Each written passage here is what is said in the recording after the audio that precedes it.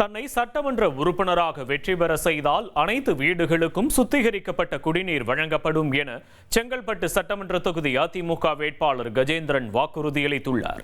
செங்கல்பட்டு பகுதியில் தீவிர வாக்கு சேகரிப்பில் ஈடுபட்ட அவர் மூதாட்டியின் காலில் விழுந்து ஆசீர்வாதம் வாங்கினார்.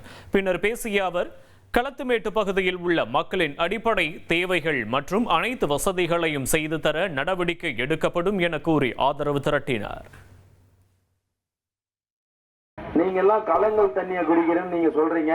நான் சட்டமன்ற உறுப்பினரா ஜெயிச்சு வந்த உடனே 100% சுத்திகரிக்கப்பட்ட தண்ணி அனைத்து குடும்பங்களுக்கும், அத்தனை குடிமக்களுக்கும் சுத்தமான குடிநீரை தர வேண்டியதான் என்னோட பொறுப்பும் கடமையும்.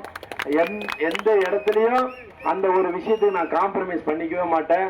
ஏன்னா இன்னைக்கு பல நோய்கள் பரவுறதுக்கு அடிப்படையாக இருக்கிறது சுகாதாரம், குடிநீர். அந்த வகையில எந்த இடத்துலயும் நான் காம்ப்ரமைஸ் பண்ண மாட்டேன். சுத்தமான தண்ணியும் சுகாதாரமான சூழலையும் உருவாக்க வேண்டியது என் கடமை. இனி செல்லும் இடமெல்லாம் செய்தி. தந்தி டிவியின் வாட்ஸ்அப் சேனலை ஃபாலோ பண்ணினா செல்ல இருக்கும் இடமெல்லாம் செய்தி. இதோ QR கோட் இப்பவே ஸ்கேன் பண்ணுங்க, ஃபாலோ பண்ணுங்க.